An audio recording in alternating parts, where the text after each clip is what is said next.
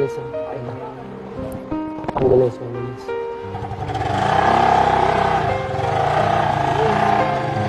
Thank you! Ayan sir, yung papel. Ayan sir. Sa'yo na yan. O tol, pang simula mo ulit para sa anak ko yan. So ayun mga bossing, no, 4 na oras na tayo nasa biyahe. Nasa Alabang West na tayo, ayan. Konting oras na lang at may hahatid na natin tong motor na to. So samahan nyo ako, walang bibitaw mga bossing. Let's go. So ayun mga bossing, alas 2 minutes away na lang at makakarating na tayo. Syempre nagpagawa muna tayo ng standing flower, ayan. So yun, nakikiramay tayo sa namatayan. Ayan. From... may ginawa po. Welcome po. Asawa niya yun. Si ate po. Saan si Apot? Dali lang.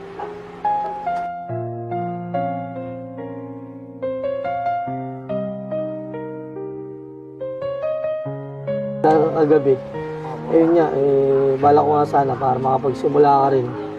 May dala akong motor. Ayun yung pinaka ano ko sa'yo. May papel naman yun, kompleto naman. Tsaka 2025 model naman siya. So gusto mo makita? Condolence.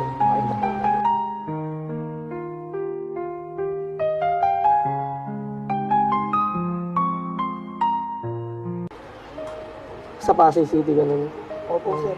Ano lang po ang naisip ko lang po nun, sir. Kasi hindi ko po alam yung nangyari. Ang alam ko lang po, uwi ako. Minto po ako para mag-cellphone. Tapos parang isip ko rin na wag na. Kasi lalo ko baka mamaya pa-pressure lang ako. Kasi nga, may ano ko yung ano lang naisip ko. Ayos na lang ako, ayan no, pahinga na naman ako. Nagpangin lang ako, sir. Tanggal lang po ako ng helmet. Tapos, Pero nalaman mo na po si Bibi Hindi na... pa po. Hindi pa. kasi nang alam ko lang po, uwi pa lang ako. Yung ano po, yung paghinto ko po, tanggal ako ng helmet. Kasi parang ano na ako sa ulo, binabibigatan na kasi tagal ko rin po lang sa biyahe. Pagtanggal ko po ng helmet, patay ng motor, yuko. Mga 5 minutes lang po ako nakayuko. Doon ka na pinalo ng motor. Di ba po, pagbukas ko po ng motor, paris na ako. Pasot na po ako ng helmet, yung paningin ko po sa kalsada na. Para pag suot ko, arandar na lang ako. Pag gano'n ko po, pumalo na po agad sa akin. Hindi ko po napansin na may tao na pa sa likod ko. Ano po, bilang nawalan ako ng malay, bumagsak na po ako. So, pag may gumising po sa akin na natulog sa bangketa, yung tumulong sa akin, sinabi po nila yung nangyari. Pero hindi po nila alam yung pinalo ko, gano'n. Nakita na lang po nila na Nakandusay ka. Opo. Sana mahanap pa natin yung Sana po. gumawa. Oh. Pero ang inaano lang po muna sir, Ayun, yung anak mo hindi ko muna. po muna isipin na ano, ito lang po muna kasi Yung anak mo. hindi ko rin po naisip na ganito mga sa Ilang anak pang bunso mo ba siya? Opo, pangalawa. Pangalawang anak. Tapos, may plano namin sir, binyag, birthday na, isang na. Ito, mag-isang taon nga raw po, sabi ng nanay. Sobrang sakit sa akin sir kasi Sakit talaga. ang alam ko lang po talaga na nangyari sa akin sir. Yun lang, yung nangyari lang po sa akin na nawalan ako ng motor, cellphone, gano'n.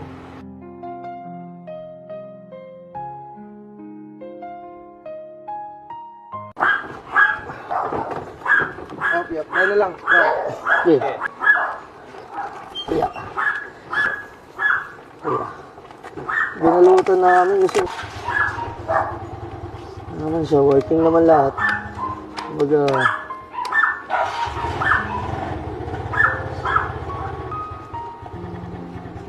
ayan sir, yung papel.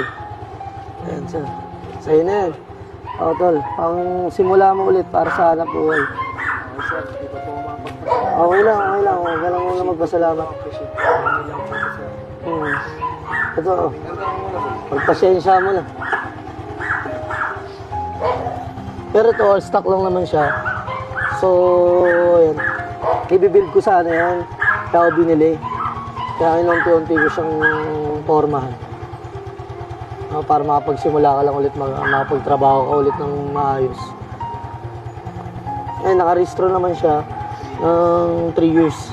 So, gagawin mo na lang dito, pa-change name mo na lang sa pangalan.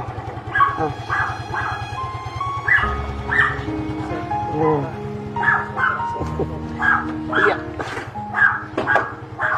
Arasan, pakita mo.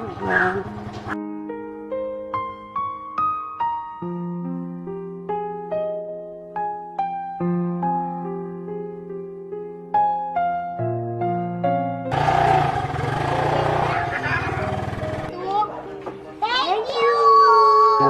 So ayun, ihatid na natin yung motor dito sa Bacoor, Cavite. Naramdaman ko yung saya ni Sir. Napawi ko yung kanyang kalungkutan.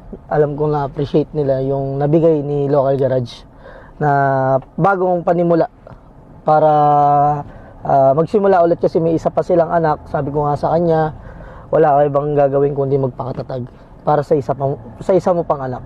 So baka Friday, last lamay, makipaglamay kami, or kaya naman sa Sabado makipaglibing kami. So yun lang, maraming salamat sa mga nakapanood, at sana kung sino yung mga may bukal na puso para tumulong, open po sila. Talagang kailangan na kailangan nila ng tulong sa panahon ngayon, ay sa sitwasyon nila ngayon. So mga boss, sa mga followers natin, sa mga may mga buting puso, kung nakakaluwag po kayo, pwede po kayong tumulong, pwede nyo pong ipabatid sa amin, at pwede ko rin po kayong erekta mismo ron sa mga magulang nung batang namatay. So yun lang mga bossing, magandang araw sa inyo lahat. Syempre sa gumawa sa kanya na nang-agaw ng motor, sana kainin ka ng konsyensya mo, may anak ka rin, diba?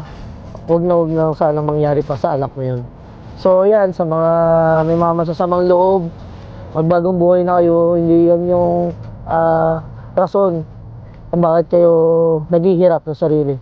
Sipag lang, lumaban lang ng patas. Mapamamaliit o mapamalaki, laban lang ng patas. Hindi natin alam, may mga napeperwisyo tayong kapwa nating tao. Hanggat nabubuhay ka rito sa mundong ibabaw, pilitin mo palaging maging mabuting tao, kasi isa lang ang buhay. So yun lang mga bossing, payo ko lang sa mga masasamang loob. Magbago pa kayo, hindi pa huli ang lahat. Let's go.